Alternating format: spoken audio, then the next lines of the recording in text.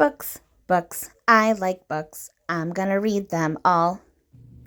Hi readers, Chris here. Welcome to my channel where I review fantasy, Stephen King, all sorts of books, and today I'm going to be talking about an indie short story collection, the Stygian Collection.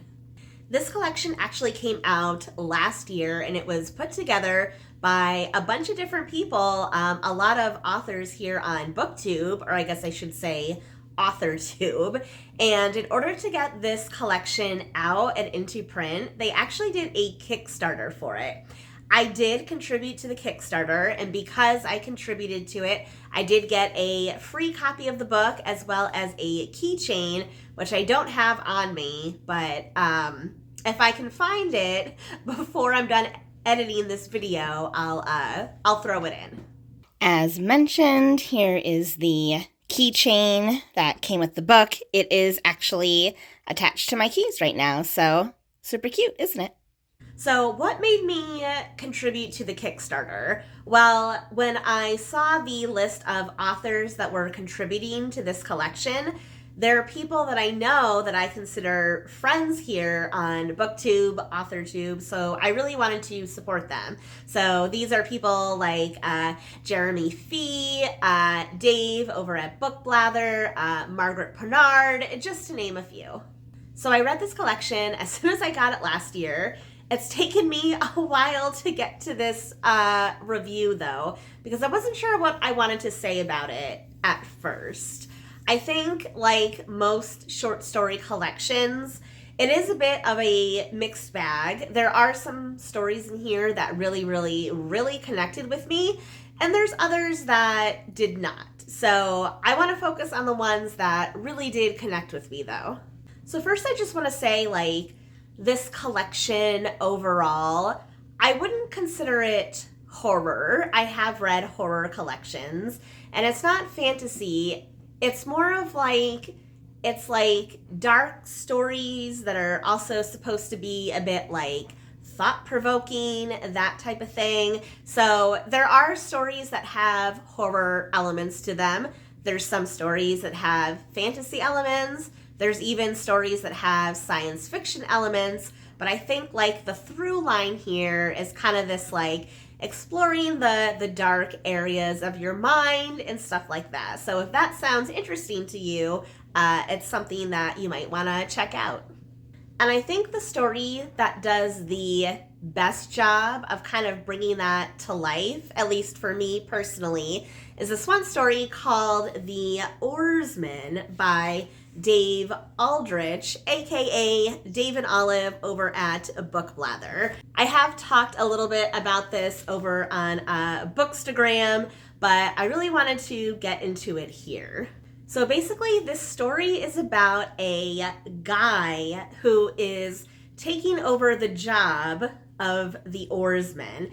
And the Oresman is basically this mysterious figure that steers the boat that collects the souls and takes them to the underworld.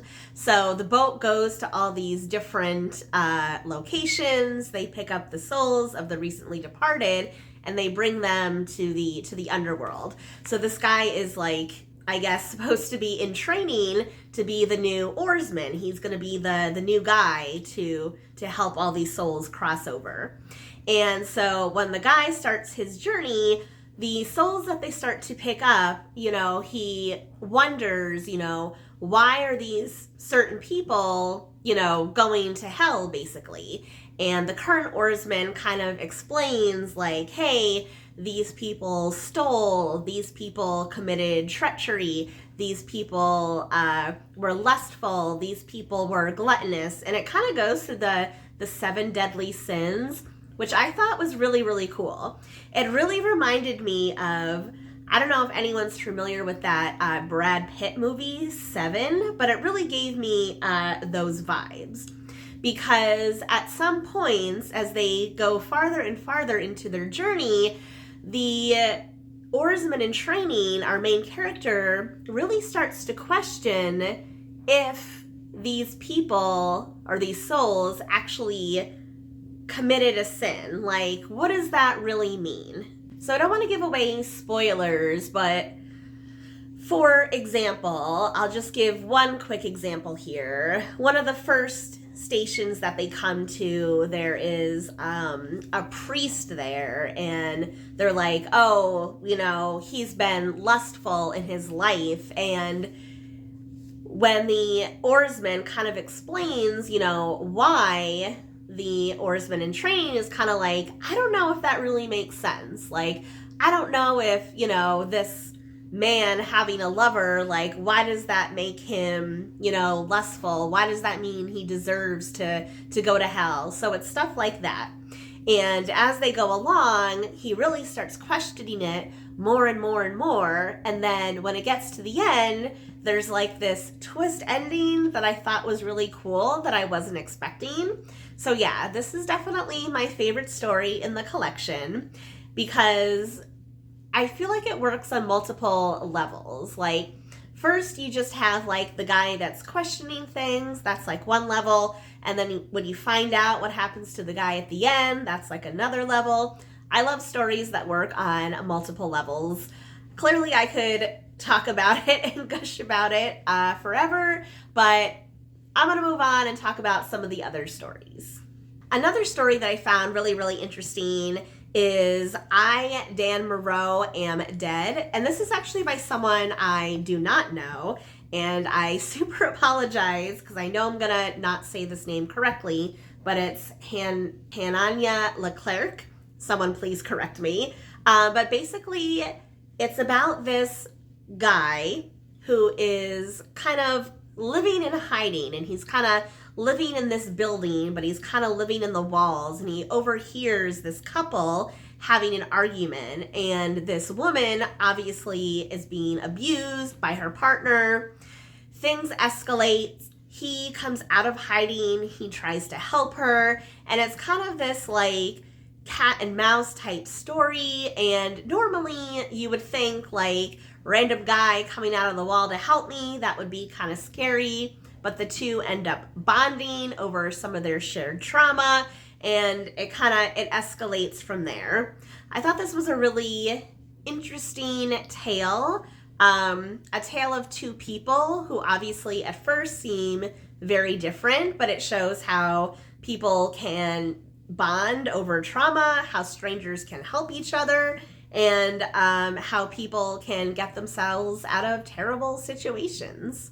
And then just to round it out, one last story I wanted to mention is Along Comes a Stranger by Mr. Morningstar. And this is we'll say a classic tale about a guy who makes a deal with the devil that goes wrong. There are a lot of stories in here that have very similar themes. So there's a bunch of stories about people that make deals with devils that go wrong. There's actually a couple stories about like the river Styx and this whole like river thing like I was talking about in the Oresman. From what I understand, it wasn't necessarily intentional to have a lot of these stories have similar aspects, but I think everyone understood the assignment for the book, so because of the nature of it, that's just kind of what happened, if that makes any sense at all. Or at least that's what was told to me. I could be completely wrong.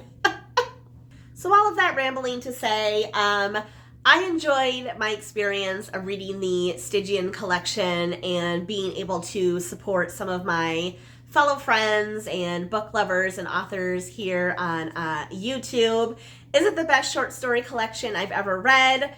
No, I don't think so, but to be fair, it's not like I've read like a ton, but there was definitely things in here that I really enjoyed that made it worth reading. So if you are someone that likes darker tales, darker short stories, stuff like that, I know some of you out there would actually probably really like this one. So I believe you can find it on like Amazon now, I believe. I will put a link to it in my description box.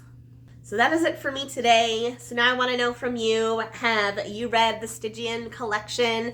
Do you like short stories? If you do, what kind of short stories do you actually like? Let me know all your thoughts in the comments section below. And as always, if you like this video, please give it a thumbs up. If you're not already, please subscribe to my channel for more bookish stuff. coming your way soon. All right, everyone. Happy reading.